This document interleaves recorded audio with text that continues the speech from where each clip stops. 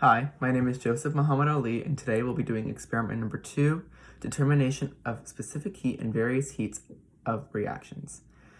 Our objectives for this experiment are to determine the specific heat of aluminum from 2 aluminum rods and determine the enthalpy change of an acid-base neutralization reaction.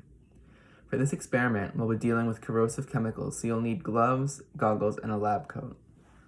Let's go get set up. Now that we're back with the proper equipment, gloves, goggles, and lab coat, we can begin with part A of the experiment.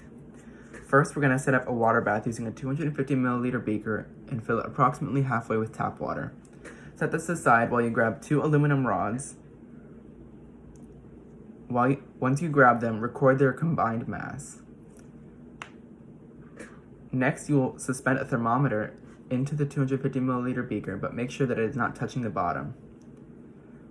Once you put the 250 milliliter beaker on the hot plate, bring it to a boil, and once it starts boiling, you can go ahead and place the aluminum rods into the boiling water. This will ensure maximum time of boiling.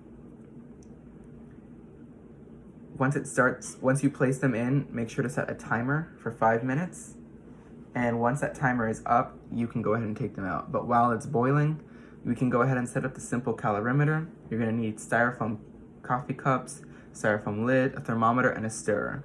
You're going to fill up the calorimeter with approximately 30 milliliters of distilled water and record the mass of the water by difference. Wait 1 minute and then record the initial temperature of the water in there. Once your aluminum rods have finished boiling, go ahead and quickly transfer them to the calorimeter. Once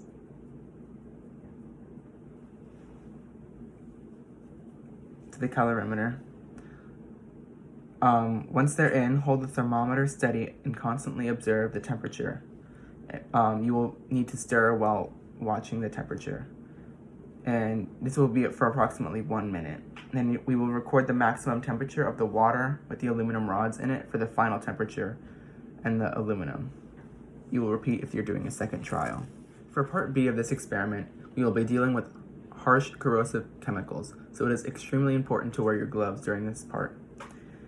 For part B, we will need a graduated cylinder and fill it with approximately 50 milliliters of 1 molar solution of sodium hydroxide, and we will pour it into the clean, dry calorimeter. After a minute, record the temperature, and this will be the initial temperature of the solution. Next, we will use another dry and clean graduated cylinder to measure out 40.0 milliliters of 1 molar solution of hydrochloric acid. Next, we will carefully and quickly pour the hydrochloric acid solution into the sodium hydroxide solution, which is in the calorimeter, without splashing or losing any liquid. This is very crucial since they are harsh chemicals and it will cause a chemical reaction. Next, you will place the clean digital thermometer into the solution and hold it there for approximately 1 minute while stirring. Once a minute has finished, you can take the thermometer out and record the temperature. To repeat for different trials, simply empty out the chemicals into the waste bin and dry out the calorimeter setup. On my report sheet for part A, the mass of the clean, dry, empty calorimeter was 5.469 grams. The mass of the calorimeter plus water was 35.052 grams. This gave us 29.583 grams when you subtracted. The mass of both clean, dry aluminum rods together was 35.770 grams. The temperature of the hot water bath with aluminum after 5 minutes of boiling was 100 degrees Celsius, and the same for the aluminum.